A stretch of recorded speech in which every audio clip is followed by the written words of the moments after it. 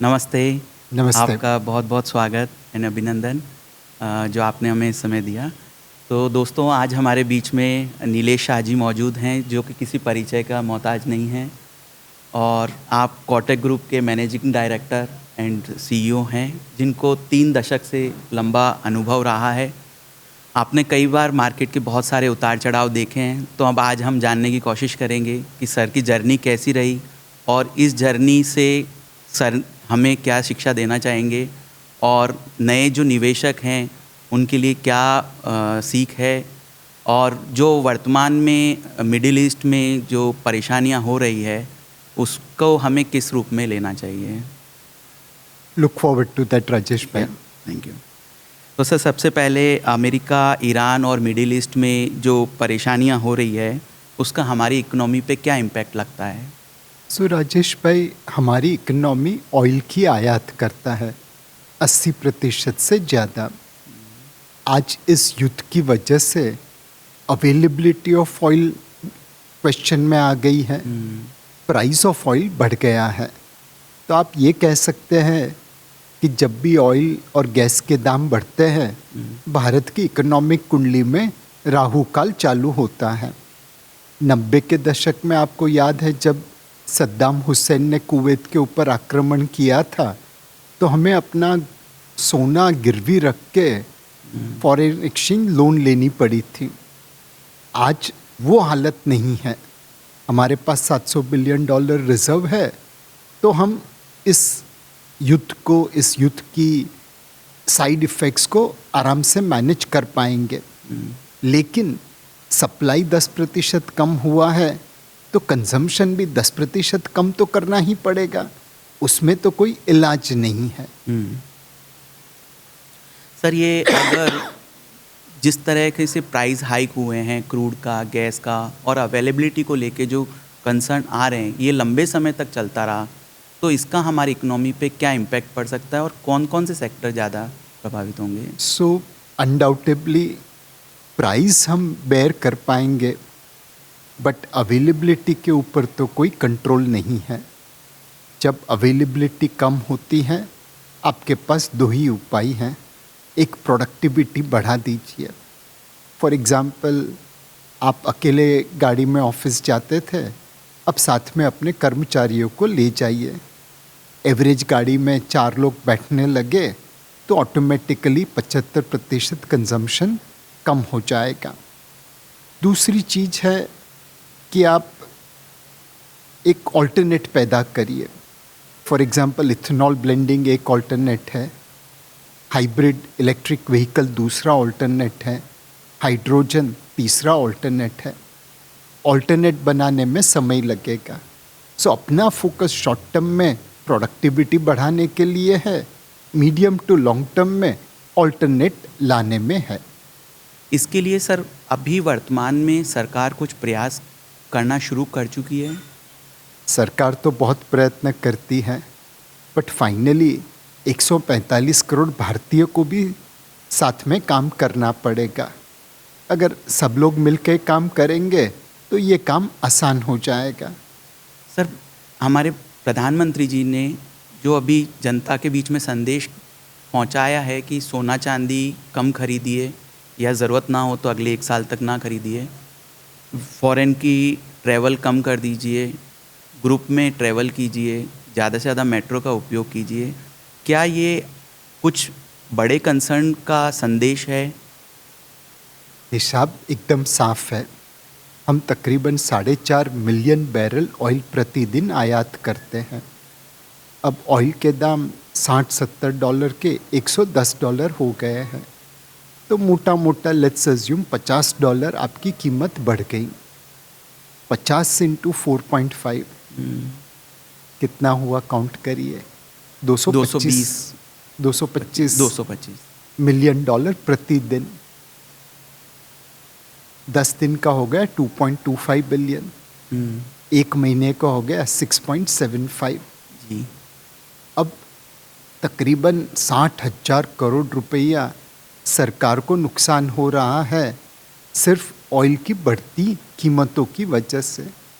फिर उसमें आप गैस ऐड करिए, फर्टिलाइज़र ऐड करिए, मोटा मोटा आज सरकार को 70 से 80 हज़ार करोड़ का नुकसान है प्रति महीने, अगर हम सारी चीज़ों को काउंट करें। एक महीना होता तो सरकार अपनी जेब में ले लेता, अब तो 3 महीने हो गए हैं, तो इसे कंज्यूमर और कॉर्पोरेट इंडिया के साथ जाया करना ज़रूरी बनता है। तो कुछ ये जो घटना है उसके लॉस सरकार लेगी, कुछ कॉर्पोरेट इंडिया लेगा, कुछ अपस्ट्रीम ऑयल कंपनी लेगी और कुछ सामान्य नागरिक को लेना पड़ेगा। ओके सर, ये विदेशी निवेशक जो हमारे यहाँ से रेगुलर पैसा निकाल के लेके जा रहे हैं, क्या ये इंडिकेट करता है कि हमारी इकोनॉमी वीक हुई है या और कोई कारण लगता है?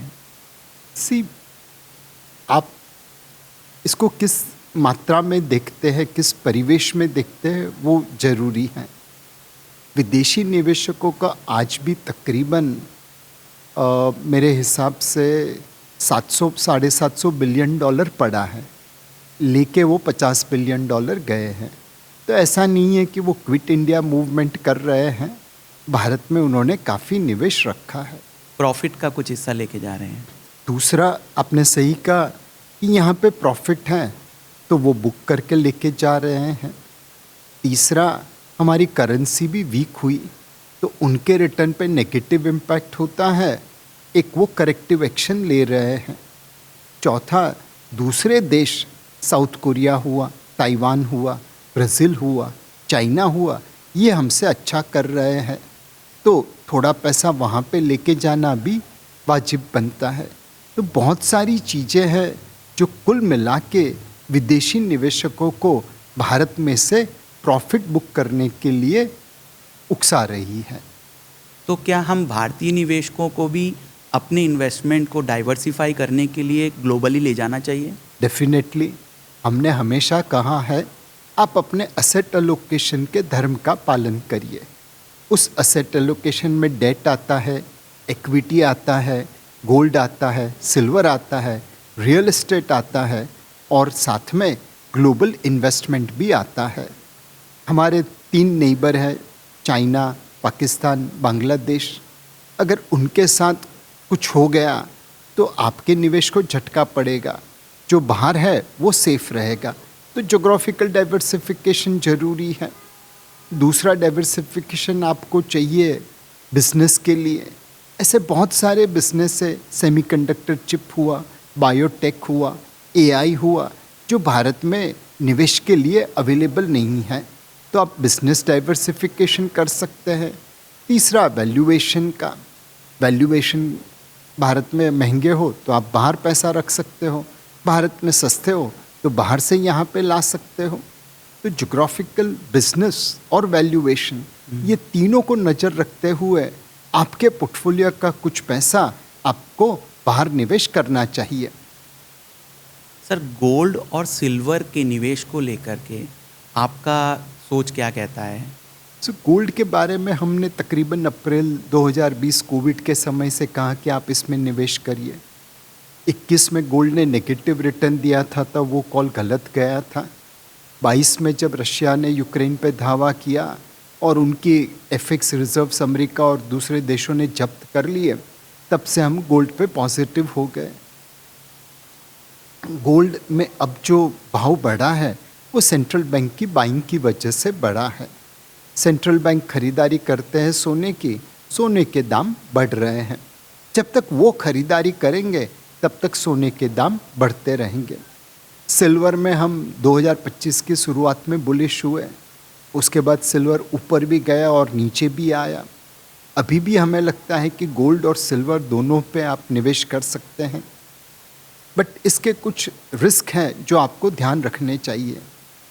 गोल्ड और सिल्वर में इमोशनल वैल्यू ज़्यादा है और इंट्रिंसिक वैल्यू कम है। गोल्ड में ना आपको डिविडेंड आएगा, ना राइट्स इश्यू आएगा, ना बोनस इश्यू आएगा। तो एक लिमिट करके आप निवेश करिए, 5% या 20% आपका कॉल है, आपके पोर्टफोलियो के ऊपर। दूसरी चीज़, आज जब भी आप सोना चांदी भारत में खरीदते हैं 15% इम्पोर्ट ड्यूटी है, तो $100 की चीज़ आपको $115 में यहाँ पे मिल रही है।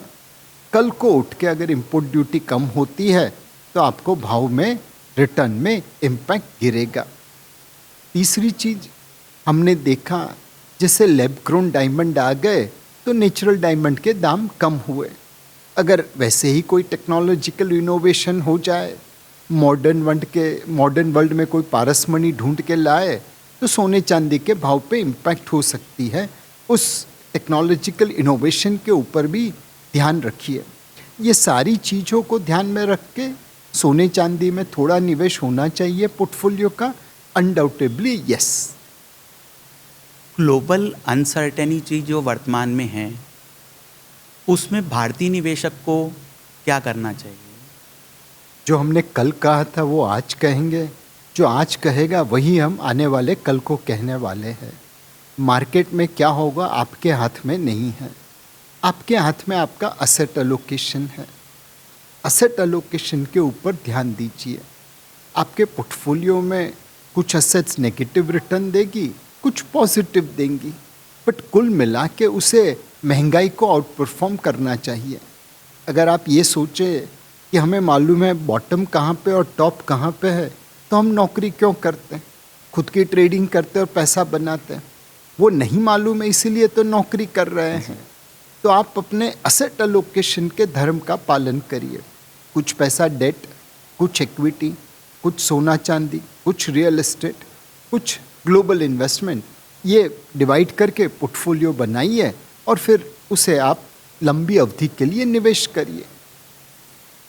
पिछले 2 साल में निवेशक जो नए आए हैं मार्केट में, उनका पैसा पे ग्रोथ नहीं मिला है, तो उन निवेशकों को सर क्या राय देना चाहेंगे? एक बहुत अच्छे बल्लेबाज थे मोहम्मद अजहरुद्दीन करके, उन्होंने अपने पहले 3 टेस्ट मैच में 3 शतक मारे थे, हैट्रिक करी थी। चौथे में रन नहीं बने, तो लोगों ने उनको चौथी टेस्ट में कैसे ट्रीट किया? बोला कि ये प्रतिभाशाली क्रिकेटर है और आगे खेलेगा, या अब ये आउट हो गया, रन नहीं बनाए, सेंचुरी नहीं मारी, तो उसको निकाल दो। जिन्होंने ये कॉल लिया कि मोहम्मद अजहरुद्दीन ने चौथी टेस्ट मैच में सेंचुरी नहीं मारी इसलिए वो बेकार है, उनका बड़ा नुकसान हो गया। जिन्होंने ये सोचा कि हाँ अभी 3 सेंचुरी मारने के बाद एक आध बार कम रन बनाए चलेगा, बट ये लंबी रेस का घोड़ा है और ये क्रिकेट खेलेंगे और बहुत रन बनाएंगे, यही चीज़ मार्केट के लिए है। पिछले 10 सालों से, 10 कैलेंडर सालों से निफ्टी ने पॉजिटिव रिटर्न दिया है। अब 1-2 साल वो रिटर्न नहीं भी दे, और जब आप ये कैलकुलेट करते हो कि मुझे सितंबर 24 से आज तक रिटर्न नहीं बना, तो आपने सारा निवेश सितंबर 24 में तो नहीं किया था। आपने निवेश तो पहले भी किया होगा, बाद में भी किया होगा। तो अगेन मैं यही कहूँगा, अपने असेट एलोकेशन धर्म का पालन करिए। मार्केट में उतार चढ़ाव आते रहेंगे। ये ईरान, इज़राइल, अमेरिका वॉर होने वाला था, वो हमें पता नहीं था।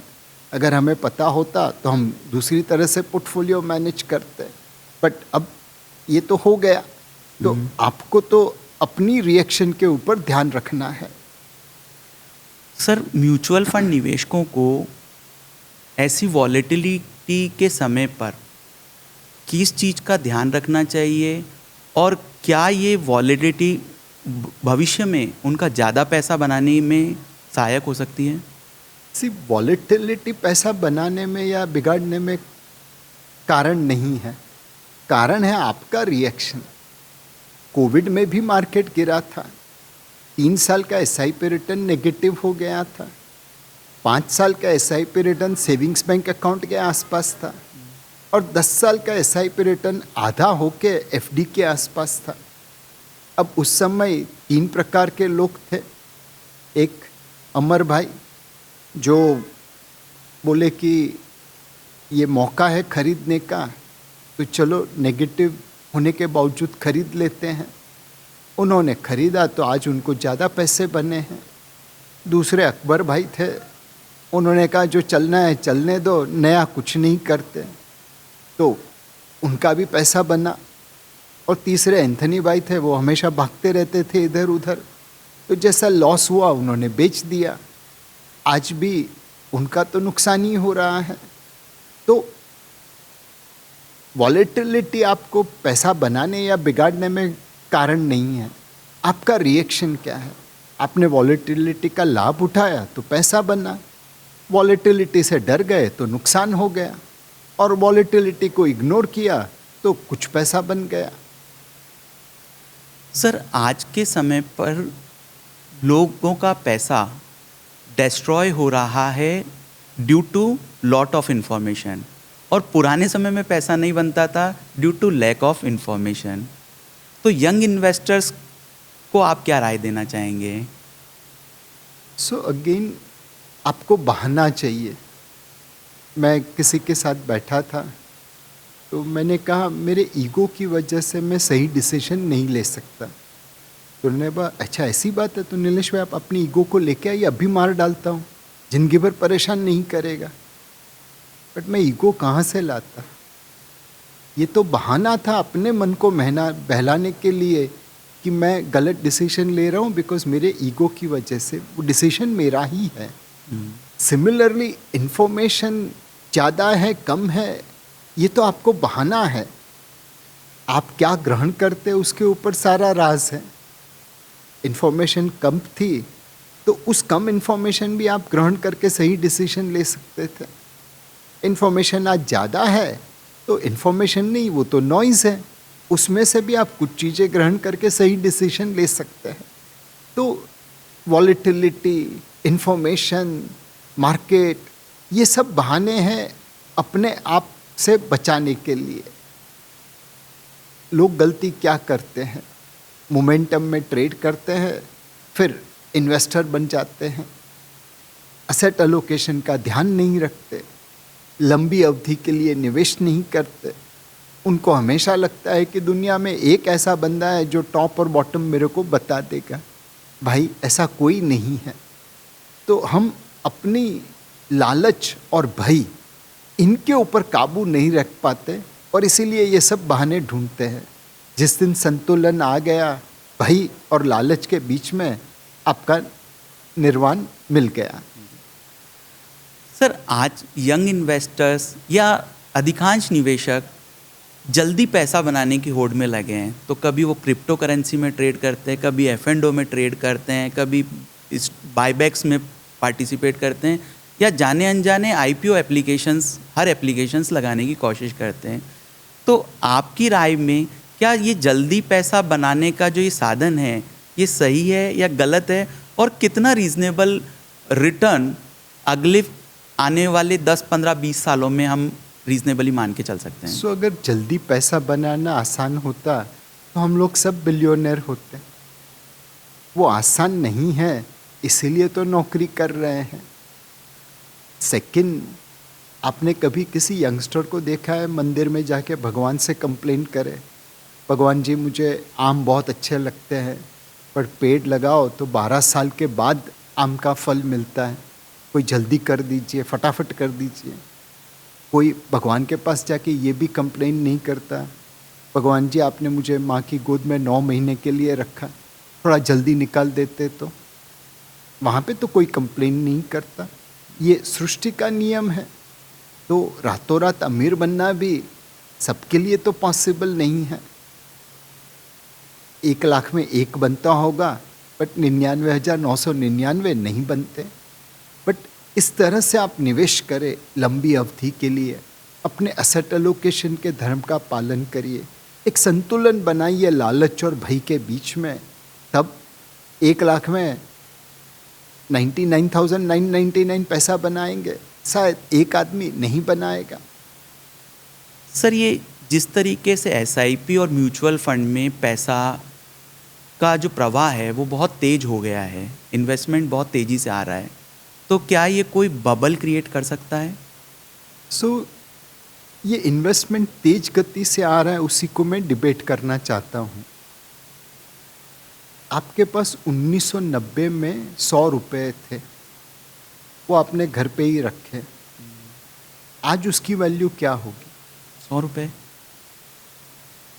सबको यही लगता है कि 90 का 100 रुपये आज भी 100 रुपया है करेंसी नोट में, बट उस 100 रुपये में आप कुछ चीज़ें खरीद सकते थे, आज वो खरीदने जाए तो मिलेगी, नहीं मिलेगी। नहीं मिलेगी। महंगाई ने आपकी करेंसी नोट को खा गया, बट आपको पता नहीं चला। सो एक बात तय है कि जितनी करेंसी नोट बाजार में है उसमें किसी का पैसा नहीं बनता, महंगाई उसे दीमक की तरह खा जाती है। इक्विटी मार्केट में चलिए 2 साल से पैसा नहीं बना, बट 90 के दशक में जो म्यूचुअल फंड थे आज उसकी एनएवी कितनी ज़्यादा है। तो एक निवेशक equity mutual fund, debt mutual fund, वहाँ पे ज़्यादा पैसा लगाना चाहिए और उसने करेंसी नोट में कम लगाना चाहिए। FY 2026 में करेंसी नोट तकरीबन 5 लाख करोड़ से बढ़ी, म्यूचुअल फंड में तकरीबन इक्विटी में 6 लाख करोड़ आए। अब आप इसे ज़्यादा कहेंगे, मैं तो ये कहूँगा कि वो जो 5 लाख करोड़ जिसमें आपका पैसा बनना ही नहीं है, जिसमें आपका नुकसान इक्विटी मार्केट से ज़्यादा हो चुका है, वो भी यहाँ पे आना चाहिए। सर, एआई जो अभी वर्तमान में आया है और काफ़ी यंग जनरेशन पूरा दिन उसको स्क्रॉल करती है और उनको लगता है कि हम खुद से फंड मैनेजमेंट कर सकते हैं, तो क्या आने वाले समय में एआई फिजिकल या जो अनुभवी फंड मैनेजर्स हैं क्या उनको रिप्लेस कर सकता है? अनडाउटेबली हो भी सकता है और शायद नहीं भी होगा। टेक्नोलॉजी किस हद तक आगे बढ़ेगी ये कहना मुश्किल है, बट एक बात तय है कि अगर एक अनुभवी फंड मैनेजर खुद एआई को लेवरेज करके अपना रिसर्च करे, अपना पोर्टफोलियो बनाए, तो क्या वह एआई को आउट परफॉर्म कर पाएगा? Chances are there. Garry Kasparov और कंप्यूटर के बीच में जब चेस की लड़त हुई थी तो पहली बार कास्पारोव जीते, उसके बाद कंप्यूटर जीत गया। आज भी बहुत सारे लोग हैं जो कंप्यूटर के साथ खेल के अपनी प्रतिभा को और भी तेज कर रहे हैं। तो मेरे हिसाब से फ्यूचर ये नहीं है जहाँ पे एआई एक तरफ हो, मनुष्य एक तरफ हो। फ्यूचर आयरन मैन जैसा है जहाँ पे मनुष्य आयरन मैन का सूट पहन के और भी ताकतवर बन जाता है। सर, आप चूँकि हज़ारों लाखों लोगों से मिलते हैं, निवेशकों से मिलते हैं, बड़े बड़े इन्वेस्टर से मिल रहे हैं, तो स्मार्ट इन्वेस्टर्स जब मार्केट में गिरावट आती है तो वो क्या स्टेप्स फॉलो करते हैं? सो जो स्मार्ट इन्वेस्टर है, सक्सेसफुल इन्वेस्टर है, उनकी कुछ कैरेक्टरिस्टिक्स हैं।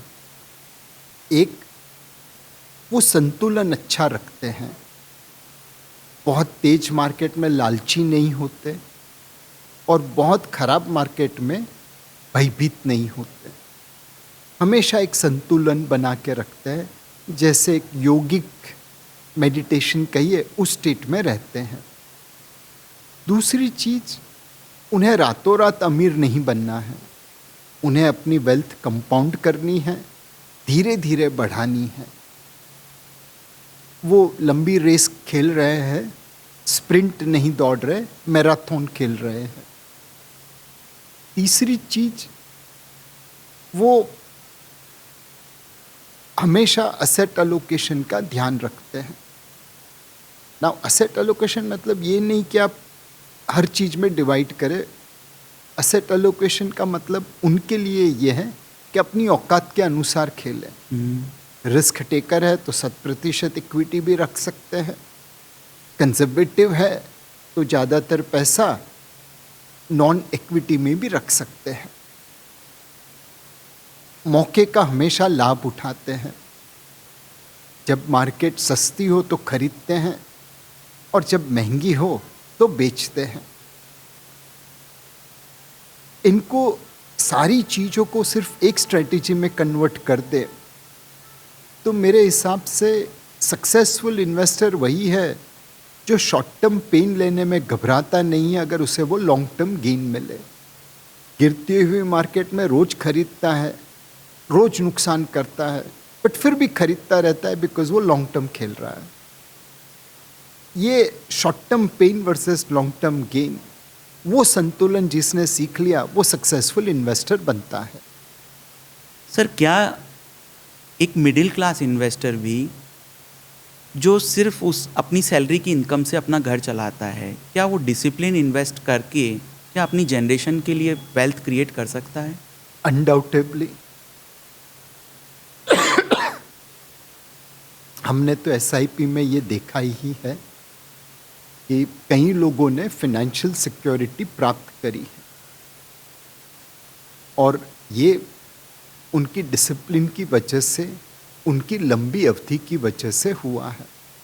मुझे नंबर एग्जैक्ट याद नहीं है, बट एक कैलकुलेशन हमने किया था। अगर आप 1.5 लाख रुपया पीपीएफ में डालते 25 साल के लिए, तो कुल मिला के तकरीबन 37.5 लाख रुपया आपका निवेश होता और उसके ऊपर आपको पिछले 25 सालों में अलग अलग ब्याज मिलता। कभी 12% था, कभी 10% था, कभी 8% था। तो कुल मिला के ये 37.5 लाख मोटा मोटा 1.4 करोड़ 1.04 करोड़ होता जो टैक्स फ्री मिलता। अब उसी के सामने आप ईएलएसएस स्कीम में करते, सेम टाइम पे पीपीएफ की जगह ईएलएसएस स्कीम में डाल देते, तो 37.5 लाख करोड़ 37.5 लाख उस टाइम पे जब मैंने ये कैलकुलेशन किया था, मोटा मोटा 4 करोड़ 40 लाख बनता। उसके ऊपर टैक्स लगता बिकॉज वो टैक्स फ्री नहीं था, तो उस समय कैलकुलेट किया तो 10% टैक्स था, तो 40 लाख निकल गए, 4 करोड़ रहा। 1 करोड़ के सामने 4 करोड़, 3 करोड़ रुपए का फ़र्क पड़ता है 25 साल में सिर्फ 37.5 लाख रुपये इन्वेस्टमेंट पे। जो ये चीज़ समझ गया वो मिडिल क्लास में नहीं रहा। सर, ऐसा कौन सा इकोनॉमिक रिस्क है जो सबसे ज़्यादा चिंता का विषय हो सकता है? इकोनॉमिक वल्नरेबिलिटी तो बहुत है। कल को उठ के पाकिस्तान ने हम पे न्यूक्लियर अटैक कर दिया, ऑब्वियसली ये रिस्क है। कल को उठ के हमारा ऑयल सप्लाई बंद हो जाए, जैसे वेनेजुएला, क्यूबा वहाँ पे हुआ है, तो ऑब्वियसली अपनी इकोनॉमी पे फ़र्क पड़ेगा। बारिश नहीं हो तब भी फ़र्क पड़ेगा। सो हमारी इकोनॉमी के लिए रिस्क तो बहुत है अनडाउटेबली, लेकिन उस रिस्क के सामने हम कैसे प्रिपेयर्ड है वही डिसाइड करेगा कि आप उस रिस्क वाले माहौल में किस तरह काम कर पाएंगे। रिस्क तो आएंगे और जाएंगे। इस साल की बारिश ठीक नहीं तो अगले साल की ठीक हो जाएगी। तो मेरे हिसाब से रिस्क के ऊपर उतना ध्यान नहीं देना चाहिए, आपके पोर्टफोलियो के असेट एलोकेशन के ऊपर ध्यान देना चाहिए। सर, आप अपना जो व्यक्तिगत निवेश करते हैं उसको किस तरीके से करते हैं? क्या क्या एसेट क्लास उसमें मौजूद है और कितना परसेंटेज? जो मैं लोगों को कह रहा हूँ वही अपने लिए कर रहा हूँ। मेरा एसआईपी चलता है स्किन इन द गेम के तहत। मेरी बैंक के ईसॉप है वो मैं लेता हूँ। मैंने रियल एस्टेट में निवेश किया है, सोने चांदी में निवेश किया है। तो मेरा कोई ऐसा अलग चीज़ नहीं है। जो मैं लोगों को कहता हूँ वही खुद के लिए करता हूँ। सर, कभी कभी मार्केट बहुत पीक पर जाता है और कभी बॉटम पर आता है, तो एक आम निवेशक के मन में धारणा है कि मैं तेज़ी के मार्केट में बेच लूं और मंदी आए तब मैं खरीद लूं। क्या ये आपको संभव लगता है? डिसिप्लिन इन्वेस्टर कर पाएगा, नॉर्मल इन्वेस्टर नहीं करेगा, वो उससे उल्टा ही करेगा। एंड इसीलिए एक रामबाण इलाज देता हूँ। आप कोटक म्यूचुअल फंड के मल्टी एसेट एलोकेशन फंड को देख लीजिए या बैलेंस एडवांटेज फंड को देख लीजिए।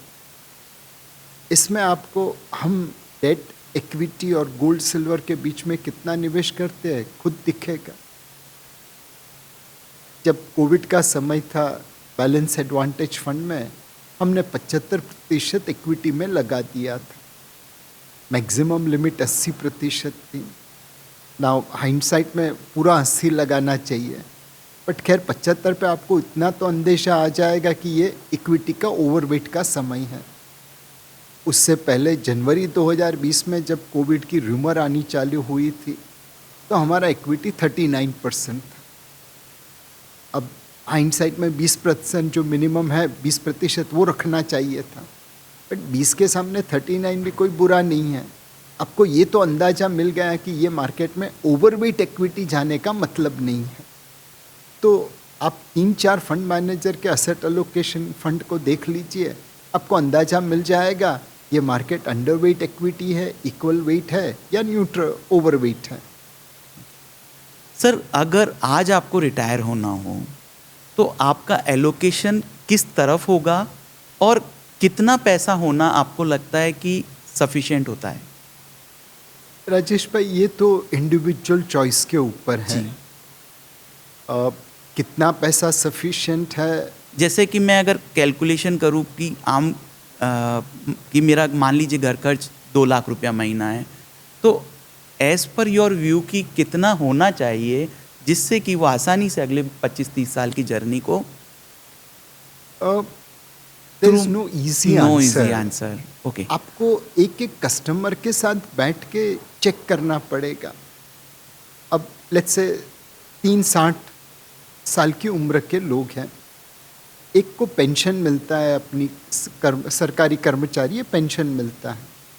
अब उनका एसेट एलोकेशन कम्प्लीटली डिफरेंट होगा कंपेयर टू अ पर्सन जिसको कोई रेगुलर इनकम नहीं है। उनको अपने इन्वेस्टमेंट को ही एनकैश करके चलाना है। एंड तीसरा, लेट्स से जिन्होंने एक रेंटल प्रॉपर्टी लगा के रखी है, अब उनका एलोकेशन अलग हो जाएगा। तो आप अपने एडवाइज़र के साथ, जैसे आपके साथ है, बैठे अपनी सारी दिक्कतें बताए, सारे सपने बताए, सारी एस्पिरेशन बताए और फिर एक प्लान बनाना पड़ेगा। ये प्लान आपको रिव्यू भी करना पड़ेगा। ऐसा नहीं है कि आज लिख लिया तो कास्ट इन स्टोन हो गया। कल मार्केट बदलेगी, व्यू बदलेंगे, प्लान भी बदलेगा। सर अगर आज आप अपनी जर्नी निवेश की शुरू कर रहे होते, मान लीजिए आप 25 साल के होते और अपनी निवेश जर्नी को शुरू कर रहे होते, तो आप क्या क्या चीज़ फॉलो करते हैं? गलतियाँ तो बहुत करी, बट राजेश भाई वो गलतियाँ की तो उसमें से सीख मिली। तो गलतियाँ करने से डरना नहीं चाहिए, बट गलतियाँ हमेशा इतनी छोटी करनी चाहिए कि आप अफोर्ड कर पाओ, और दूसरा रिपीट नहीं करनी चाहिए। तो मेरी इन्वेस्टमेंट जर्नी से मैं खुश हूँ। हाइंडसाइट में लगता है ये करना चाहिए, वो करना चाहिए, बट वो नहीं किया, इसलिए तो सीख मिली और बाद में सुधर गए। सर अब रैपिड फायर क्वेश्चंस। अगले 10 साल में सबसे अच्छा एसेट क्लास कौन सा हो सकता है, गोल्ड या इक्विटी? इंडियन इक्विटी आने वाले 10 साल में गोल्ड्स को आउट परफॉर्म कर सकते हैं, बट अंतर बहुत ज़्यादा नहीं होगा। ट्रेडिंग और इक्विटी? ट्रेडिंग और इन्वेस्टमेंट। सबसे बड़ा बबल? अभी तक बना नहीं है। कौन सा सेक्टर सबसे ज़्यादा बुलिश लगता है? अच्छे एंटरप्रेन्योर, चाहे किसी भी क्षेत्र में हो, अल्टीमेटली अच्छा एंटरप्रेन्योर हो तो किसी भी पिच पे रन बना देगा, अच्छे बैट्समैन की तरह। उसको आम निवेशक कैसे पहचान सकता है? एक वाणी से, दूसरे वर्तन से। आप उनकी विजन को सुनिए कि ये क्या कह रहा है, और दूसरे एग्जीक्यूशन को देखिए। अल्टीमेटली इंसान को परखने के लिए वाणी और वर्तन, ये दो चीज़ ही ज़रूरी है। डायरेक्ट इन स्टॉक इन्वेस्टमेंट या म्यूचुअल फंड? समझ है तो डायरेक्ट, ना समझ है तो म्यूचुअल फंड। हर इन्वेस्टर को एक कौन सी हैबिट है जिसको अवॉइड करना चाहिए? अपने आप को पहचानना। इन्वेस्टर को लगता है वो इन्वेस्टर है, बट काम तो स्पेक्यूलेशन का कर रहा है, ट्रेडर का कर रहा है। तो आप अपने आप को पहचान के काम करिए। ट्रेडिंग बुरी बात नहीं है, बट अगर आपके पास वो समझ नहीं है तो फिर ट्रेडिंग मत करिए। ऑयल अबव $100, अपॉर्चुनिटी और danger? Near term danger, longer term opportunity. Gold और equity in 2026? 2026 difficult to say, but I'll put my money on gold. Biggest global risk today? President Trump managing Israel, Iran, and US conflict? India is stronger than global fear. नहीं, we have our position, but we are vulnerable. And final and last message जो आप young investors को, old investors को या आम निवेशक को देना चाहेंगे? एक संस्कृत सुभाषित है, शनै पंथा शनै कंथा शनै पर्वत मस्तिके शनै विद्या शनै वित्तम पंचयात्नी शनै शनै। शनै पंथा, आप एक एक कदम उठाते जाएंगे, कभी न कभी मंजिल पे पहुंच जाएंगे। शनै कंथा, एक गारमेंट को स्टिच करना है तो छोटे छोटे स्टिचेस चालू कर दीजिए, गारमेंट अपने आप सिल जाएगा। शनै पर्वत मस्तिके, एक एक स्टोन को आप पार करेंगे तो पहाड़ की चोट पे पहुंच जाएंगे। शनै विद्या, रोज एक पेज किताब का पढ़ लेंगे तो किताब रीड कर पाएंगे तो नॉलेज भी आ जाएगा। शनै वित्तम, एक एक कॉइन जमा करेंगे, मनी बैंक पूरी भर जाएगी। पंचयात्नी शनै शनै, सारी चीज़ें छोटे छोटे हिस्सों में होती है। तो सारे निवेशकों को एक ही आवेदन है, ये रातों रात अमीर बनने का ख्वाब छोड़ दीजिए। किसी के ख्वाब हो जाते हैं बिकॉज उनकी तकदीर में शायद वो लिखा है। बाकी एवरेज इन्वेस्टर के लिए डिसिप्लिन इन्वेस्टिंग करते रहिए, धीरे धीरे ही चालू होगा, बट सारे कदम जो आप धीरे धीरे लेंगे आपको मंजिल पे पहुंचा देंगे। तो thank you very much sir, आपने अपना कीमती समय हमें दिया और आशा करता हूँ हमारे सभी ऑडियंस आपके जो सुझाव हैं उससे फ़ायदा उनको मिलेगा। Thank you very much.